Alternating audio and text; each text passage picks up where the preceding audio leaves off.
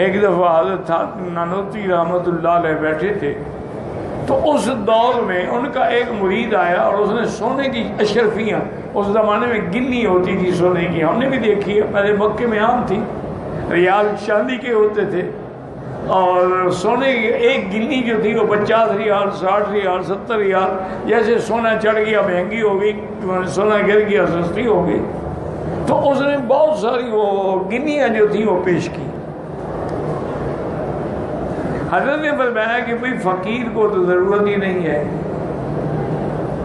میں کیا کروں گا؟ نہ میں نے کوئی چیز خریدنی، نہ جائیداد بنانی، نہ زمین خریدنی، نہ اپنا فکر، مجھے تو نہیں چاہیے۔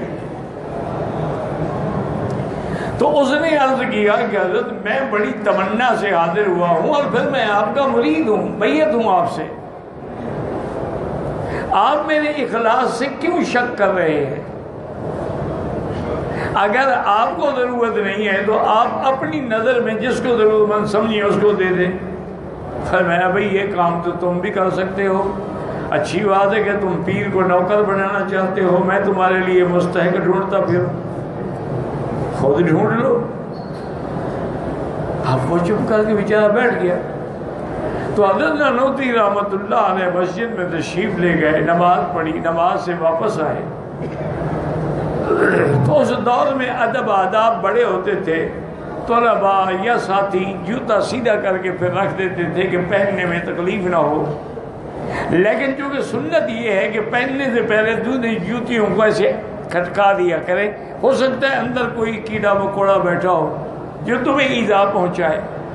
تو حضرت نے جب دونوں جوتیوں کو ہلایا تو اس سے وہ گریاں نکل آئیں باہر۔ وہ مرید جو تھا نا وہ حضرت کے جوتے میں رکھ کے گم ہو گیا۔ انہوں نے کہا ایسے تو لیں گے نہیں نا۔ جب آپ نے دیکھا تو آپ مسکرائے اور طلباء سے فرمایا بھی دیکھو یہ ظالم دنیا ایسی ہے، ان سے بھاگو تو یہ پاؤں پڑتی ہے، اور اس کے پیچھے بھاگو تو کہ سب کو محتاج کرتی ہے، پھر ملتی ہی نہیں ہے، لہذا یہ لے جاؤ اور مدرسے میں داخل کر دو، فقیر کو کوئی ضرورت نہیں ہے۔ آج کل تو جی وہ ہمارے ایک دوست اکٹھے پڑھتے تھے ہمیں، تو میں پوچھا بھی آج کھانے میں کیا ہے؟ اس نے کہا حضرت کیا ہے؟ شکم فقیراں تغار خدا، ہرا چیز آیت فنا در فنا۔ اور نے کہا فقیروں کا پیٹ جو ہے یہ تغار ہے اللہ کا، جو بلا آئے گی کھا جائیں گے، کیا ہے ہم نے پکایا ہے آپ کے لیے کھانا، جو کچھ پڑا ہوگا پیالے میں سب کھائیں گے۔ تو ہوتا بھی یہی تھا، کسی نے ساگ دیا تو ڈال دیا، دال دی تو ڈال دی، سالن دیا تو ڈال دی، جو سبزی سب کو ملغوبہ بن جاتا تھا، لیکن وہ جو مزہ آتا تھا نا وہ حلال کا رزق تھا، وہ آج مرغیاں کھانے سے بھی نہیں آتا، خالص حلال ہوتا تھا۔ کسی گھر سے 2 روٹیاں آتی تھیں، کسی سے 1 روٹی آتی تھی، اور کسی سے 4 روٹیاں آتی تھی، کسی سے سالن آتا تھا، کسی سالن بھی نہیں آتا تھا، کوئی گڑ کے ساتھ بھیج دیتے تھے، کوئی بصل کے ساتھ بھیج دیتے تھے، لیکن اس میں جو لذت تھی وہ روٹی کھا کے ہماری تہجد کبھی قضا نہیں ہوتی۔ آج جناب لاکھ مرغیاں کھاؤ، صبح اٹھانا پڑتا ہے، گھڑی کے الارم لگانے پڑتے ہیں کہ بندہ ایسا نہ ہو کہ نماز ہی چلی جائے، حالانکہ میں بیمار، مجھے نیند ہی نہیں آتی، لیکن پھر بھی مجھے الارم لگانا پڑتا ہے کہ ہمت نہیں ہوتی اٹھنے کی۔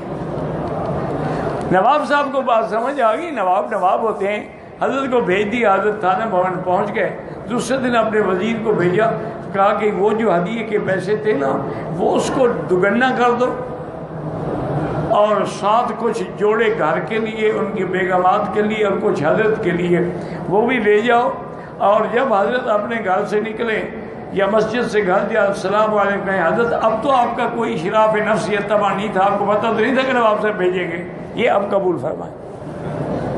تو انہوں نے کہا اب قبول ہے۔